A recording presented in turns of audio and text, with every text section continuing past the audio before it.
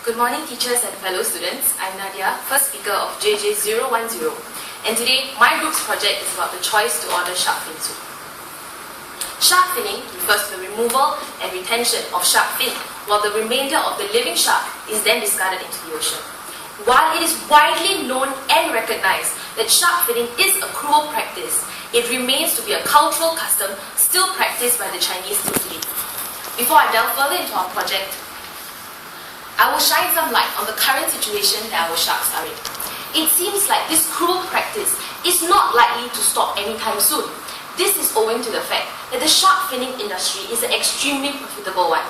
In fact, in 2010, it was reported that the global shark fin trade was worth an approximate $540 million to $1.2 billion. At this juncture, it is important to note that shark fin is one of the most expensive seafood products, and it retails at an estimated $400 per kilogram. Now that I've established the severity of the situation, my group will explain on the reasons for us to engage in this project and why we have to stop shark finning altogether. Shark species around the world are experiencing a dramatic population decline and risk a severe threat of extinction. Sharks are the top predators of their environment and caretakers of the ocean, and this is why they play a vital role in ensuring a balanced ecosystem and food web structure. We have identified 3 root causes as to why the current measures employed are ineffective in stopping shark fin soup consumption amongst Singaporean consumers. First and foremost, shark activist groups such as Shark Savers Singapore and Worldwide Fund for Nature Singapore encounter much difficulty in getting Singaporeans on their side to stop shark fin soup consumption.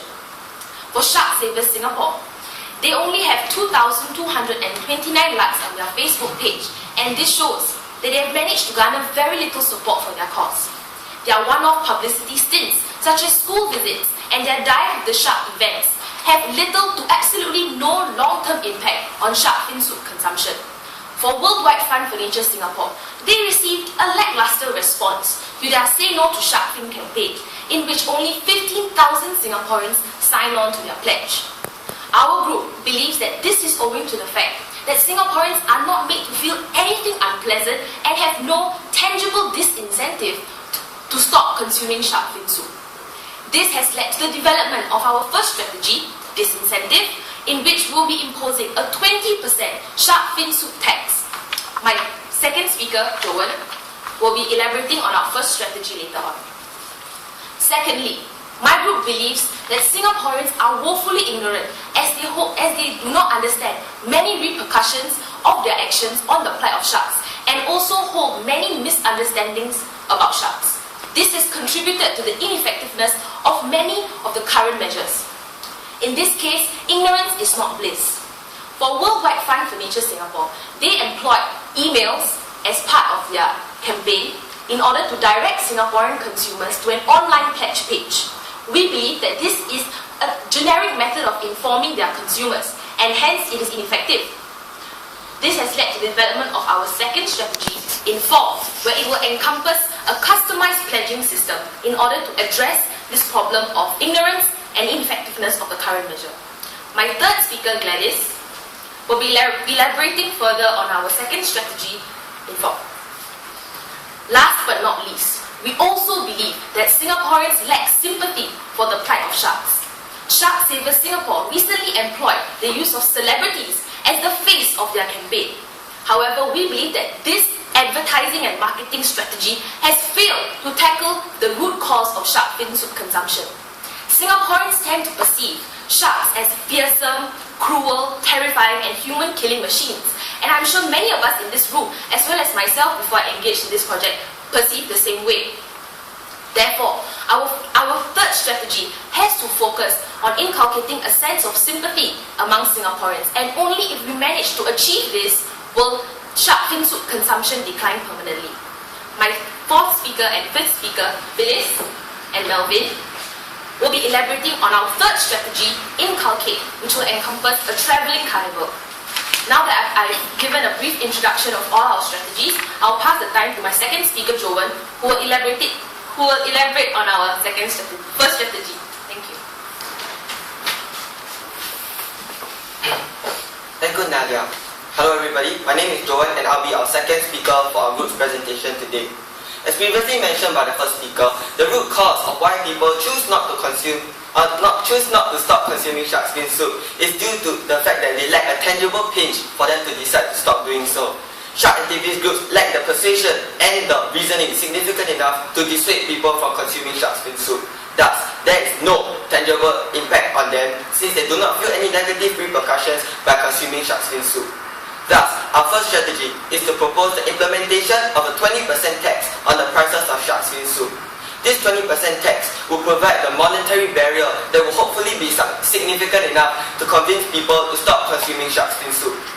Statistics by the Ministry of Manpower of Singapore have shown that the average Singaporean worker earns $3,000 a month. This means that a household has about $6,000 to spend on its household expenses every month. If you look at this graph over here, this graph shows the distribution of income of which Singaporeans choose to spend their money on.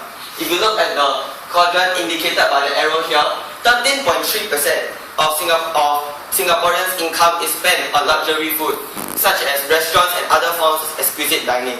This comes up to about $798 a month for them to spend. Contrast this, on the other hand, on the high prices of shark fin soup. Shark fin soup is one of the most expensive seafood products out there, and its prices range from $20 per serving for low quality shark fin soup up to $200 for higher quality shark fin soup. This graph shows the current prices of shark fin soup in blue and the increase in price should a tax be implemented in light blue. If the tax is successfully implemented, prices will increase from the previous range of $20 to $200 up to an increased price of $30 to $240. This would mean that people would have a difficult time deciding to consume shark fin soup since it represents a large portion of their $800 that they can choose to spend. We feel that this will largely be successful on deterring people from consuming shark fin soup since it will be able to impact the majority of consumers in Singapore. 57.2% of Singaporeans fall within the income gap of earning $6,000 or below. Thus, this means that the tax will be a very tangible pinch to them since they would have to fork out a large portion of their income in order to consume this. However, this does present its drawbacks, as this means that it will not be able to impact the significant other portion which presents the more affluent members of Singapore. This is actually 42.8% of Singaporeans, which shows that there is still a large number of Singaporeans which will not be impacted even if there was a tax. Because these members are more affluent members of society, they thus earn more money and will have more money to spend, which means that such a tax increase would not necessarily impact them. In fact, this might even mean that they will be encouraged to consume shark fin soup on a more regular basis, since this means that it's more prestigious to order shark fin soup and thus will gain them more reputation if they are able to purchase it. This thus shows us that there is a need for another alternative strategy, one that does not have to deal with any monetary methods of persuasion. This will then be discussed in our group's second strategy, which will be now covered by my third speaker, Gladys. Gladys, please.